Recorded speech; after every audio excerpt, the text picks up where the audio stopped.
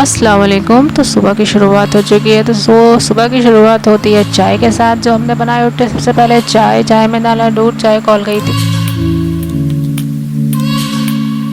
चाय। इसके बाद हम बनाएंगे अपना अंडा ब्रेड का नाश्ता, जो हमारा फेवरेट है। और क्योंकि इसके अलावा मेरे मुंह में कुछ चलता नहीं है, सिर्फ यही चलता है, सिर्फ अंडा और ब्रेड। इसके अलावा भाई मैं कुछ नहीं खाती हूँ। मैंने बनाया अपने लिए एग और ब्रेड ऑमलेट और ब्रेड बनाया, चाय बनाई अपने लिए। उनको छोटी छोटी टोकरियों से ढक के, जो कोस्ट है वो स्टील के हैं, वो बहुत ही प्यारे हैं, बहुत ही छोटे छोटे से हैं। और इनको खाना था सैंडविच।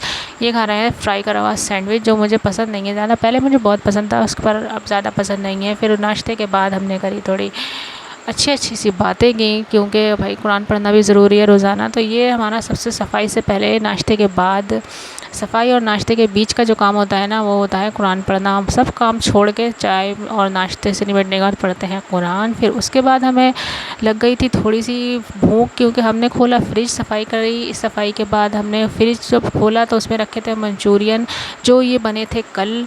तो इनको देख के भाई मुझसे रुका नहीं जाता, क्योंकि ये भी मैंने कल बनाए थे और ये मेरे फेवरेट हैं और बहुत ज़्यादा ही फेवरेट हो चुके हैं। पहले इतने मेरे फेवरेट नहीं थे, मुझे इतने अच्छे नहीं लगते, लेकिन अब पता नहीं क्यों मुझे इतने ज़्यादा टेस्टी लगने लगे हैं, इतने ज़्यादा मज़ेदार लगने लगे, मतलब क्या बताऊँ, मुझे बहुत अच्छा लगता है। तो फ्रिज खोलते ही मुझे दिख गए अपने कल के 2-3 मंचूरियन पड़े हुए थे बाउल में।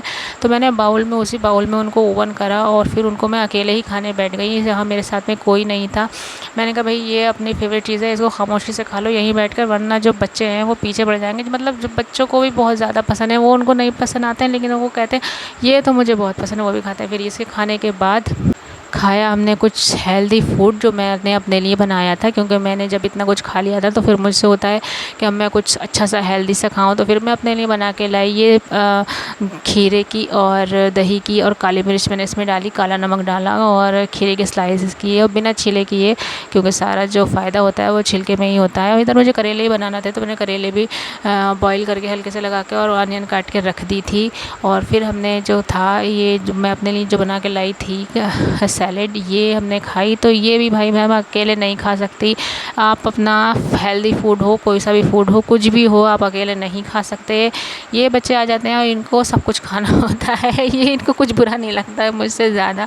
इन्होंने खाया, देखिए कितने मज़े से खा रहे थे। और खाते खाते पहले ही छोटे वाले आए, फिर बोले भाई को भी बुला लें, भाई को भी बुला लें, अपी भाई को भी बुला लें। भाई मैंने कहा जाओ भाई को भी बुला के लेकर, हम खा रहे हैं तो भाई भी खाएंगे। तो हम सब ने मिल के खाया हेल्दी फूड। तो सिर्फ मैंने अपने लिए बनाया था, लेकिन हमने सब ने पूरे घर ने खाया। फिर शाम को बनाना थी मेरी नहारी के लिए मैंने मसाला रोस्ट किया।